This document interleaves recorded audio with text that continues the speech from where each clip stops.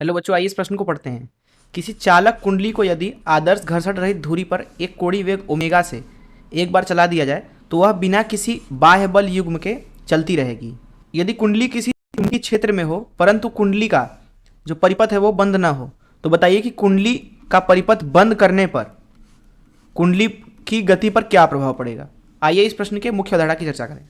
मुख्य अवधारणा, मान लीजिए कि हमारे पास में कुंडली है कुछ इस तरीके से और एक अक्ष है कुछ इस तरीके से, जिसके परितः हम इसको ओमेगा कोणीय वेग से घुमाते हैं। यहाँ आसपास चुंबकीय क्षेत्र है, मान लीजिए अंदर की तरफ इस तरीके से, कुछ इस तरीके से, कुछ इस तरीके से। मान लीजिए जो यहाँ पे कुंडली लिया है हमने, उसका जो प्रतिरोध है वो आर है। इस अवस्था में, क्योंकि जब इस कुंडली को हम घुमाएंगे ओमेगा से, तो लगातार इसके अंदर से फ्लक्स बदलेगा, क्योंकि अभी ये कागज के तल में है। जब ये कागज के तल के अभिलंबोत हो जाएगा तब इससे गुजरने वाला फ्लक्स शून्य हो जाएगा। अर्थात जो यहाँ पे क्षेत्रफल और चुंबकीय क्षेत्र है उसके बीच का कोण लगातार बदलेगा।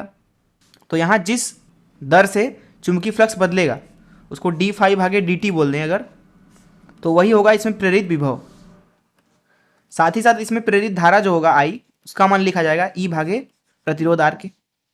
और ये ई हमने लिखा फैराडे के द्वितीय नियम से। अब इसमें जब धारा आई प्रवाहित हो रही है, मान लीजिए इस तरीके से धारा प्रवाहित होती है, धारा आई, इस अवस्था में इस कुंडली का एक चुंबकीय आघूर्ण होगा। अगर इधर से उसको देखेंगे, इधर से, तो ये ऐसा दिखेगा कुछ इस तरीके से। इस तरीके से धारा प्रवाहित हो रही होगी। चुंबकीय आघूर्ण होता है, इसके अभिलंबित होगा यहाँ पे इस दिशा में एम सदिश। चुंबकीय आघूर्ण का मान होगा एम बराबर आई गुणे क्षेत्रफल। सदिश रूप में लिखना चाहें तो क्षेत्रफल सदिश। अब जब किसी कुंडली के पास चुंबकीय आघूर्ण होता है किसी चुंबकीय क्षेत्र में, तो उसके ऊपर बल लगता है। यहाँ पे उसको लिखना चाहें बल आघूर्ण, बल आघूर्ण बराबर एम सदिश क्रॉस बी सदिश। तो यहाँ पे होगा ये कि जो कुंडली घूम रहा है ओमेगा से, वो इस कुंडली के ऊपर बल आघूर्ण लगाने लगेगा चुंबकीय क्षेत्र, जैसे ही यह धारा प्रवाहित होगा, और उस बल आघूर्ण से इसका ओमेगा लगातार कम होने लगेगा। इसलिए यहाँ पे लिखेंगे यदि ओमेगा को नियत रखना है, अर्थात हम चाहते हैं कि जो इसका कोणीय वेग है वो ना बदले, तो हमें बाहर से बल आघूर्ण लगाना पड़ेगा इसके बराबर। इसको बराबर कर देते हैं ऋण टाउ सदिश बाहर से, अर्थात बाहर से हम इतना बल आघूर्ण लगाएंगे। ऋण क्यों? क्योंकि जो चुंबकीय क्षेत्र बल आघूर्ण लगा रहा है उसके विपरीत दिशा में लगाना है, ताकि कुल बल आघूर्ण शून्य हो जाए। तब क्या करेंगे, अगर ओमेगा नियत रखना है तो बाहर से कुंडली पर बल आघूर्ण लगाना होगा। तो इस मुख्य उदाहरण, चलिए प्रश्न को अब हल करते हैं। अब देखिए यहां पे हमसे बोला जा रहा है कि जो कुंडली है वो बंद नहीं है, उसका परिपथ बंद नहीं है। अर्थात कुंडली है कुछ इस तरीके से, इसका परिपथ लेकिन बंद नहीं है। अंदर की तरफ चुंबकीय क्षेत्र है इस तरीके से, इस तरीके से, इस तरीके से। अब देखिए इसको किसी अक्ष के परितः हम घुमा देते हैं, ओमेगा से घुमा दिया तो क्या होगा, इसके अंदर से फ्लक्स परिवर्तित होगा, तो इसके अंदर विभव प्रेरित हो जाएगा डी फाई भागे डी टी। फ्लक्स क्यों प्रेरित होगा?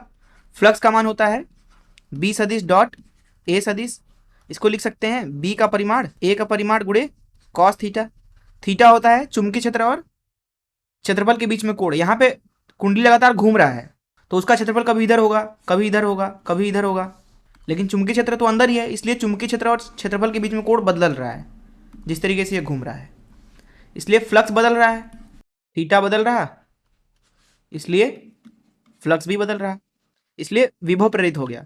धारा अगर यहाँ पे लिखेंगे, क्योंकि यहाँ पे परिपथ बंद है ही नहीं, इसलिए धारा तो शून्य हो जाएगा, जिसका मतलब है कि इसका चुंबकीय आघूर्ण एम भी जीरो है, जिसका मतलब है इसके ऊपर जो चुंबकीय क्षेत्र है वो कोई भी बल आघूर्ण नहीं लगा रहा है।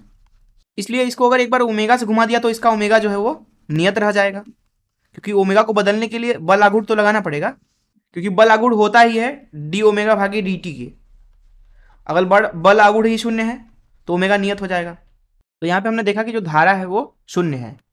कारण यह है कि यहाँ पे परिपथ खुला हुआ है, तो इलेक्ट्रॉन ना तो उड़ के इधर आएगा, ना तो उड़ के इधर जा सकता है। हालांकि बहुत ज़्यादा उच्च विभव होगा तो जा सकते हैं, लेकिन अभी यहाँ के लिए हम मानेंगे कि नहीं जाएंगे। इसलिए हम बोल सकते हैं कि जो धारा होगा यहाँ पे बंद परिपथ में प्रेरित नहीं होगा। अब यहाँ पे m का मान 0 है तथा इसमें कुंडली के ऊपर जो चुंबकीय आघूर्ण है वो 0 लग रहा है तथा इसका कोणीय वेग ओमेगा जो है वो नियत है। इसका मतलब यह है कि ये लगातार कोणीय वेग ओमेगा से ही घूमता रहेगा घूमता रहेगा घूमता रहेगा जब तक ये खुला हुआ परिपथ है, अर्थात इसके ऊपर कोई भी बाहरी बल आघूर्ण जो है अथवा बल युग्म नहीं चाहिए। बल आघूर्ण बाहरी 0 होगा, इसके ऊपर चाहिए ही नहीं। ओमेगा जब नियत है तो घूमने के लिए वो अपने आप ही घूमेगा ओमेगा से, नियत कोणीय वेग से। तो अभी के लिए हमने देखा कि जब कुंडली जो है उसका परिपथ जो है वो बंद नहीं है, उस अवस्था में उसके ऊपर हमें कोई बल आघूर्ण बाहर से नहीं लगाना पड़ेगा उसके कोणीय वेग को नियत रखने के लिए। लेकिन जैसे ही यहाँ पे हम उसके परिपथ को बंद कर देते हैं, यहाँ पे जो धारा था वो अब 0 नहीं होगा, जिसका मतलब है कि इसका कुछ न कुछ चुंबकीय आघूर्ण होगा, इसलिए इसके ऊपर लगने वाला चुंबकीय आघूर्ण भी 0 अब नहीं होगा।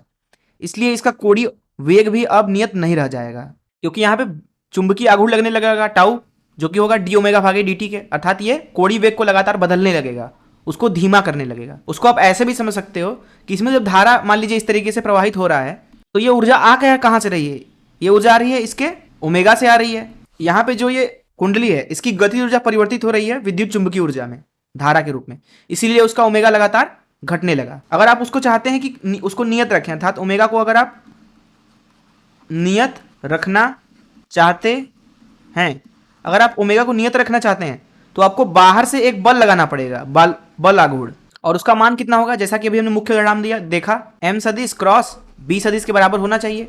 यह m सदिश क्रॉस b सदिश क्या है, चुंबकीय बल के द्वारा लगाया गया बल आघूर्ण, और यह होना चाहिए बाहर से लगाए गए बल आघूर्ण के बराबर, उसके ऋणात्मक के बराबर सदिश रूप में। इस अवस्था में जो कुल बल आघूर्ण होगा, कुल ये हो जाएगा 0, और इस अवस्था में ओमेगा हो जाएगा नियत। लेकिन अगर आप बाहर से कोई बल आघूर्ण नहीं लगाते हो तब उसका जो कोणीय वेग है वो लगातार घटता जाएगा घटता जाएगा घटता जाएगा, और अंतिम में जाके 0 हो जाएगा, और उसकी जो सारी गतिज ऊर्जा थी इस कुंडली की वो परिवर्तित हो जाएगी विद्युत चुंबकीय ऊर्जा में, और फिर विद्युत चुंबकीय ऊर्जा उष्मा में परिवर्तित हो जाएगी, क्योंकि यहाँ पे प्रतिरोध होगा कुछ। ये हो जाएगा इस प्रश्न का उत्तर। मैं आशा करता हूँ कि आपको इस प्रश्न का हल जरूर समझ में आया होगा। धन्यवाद।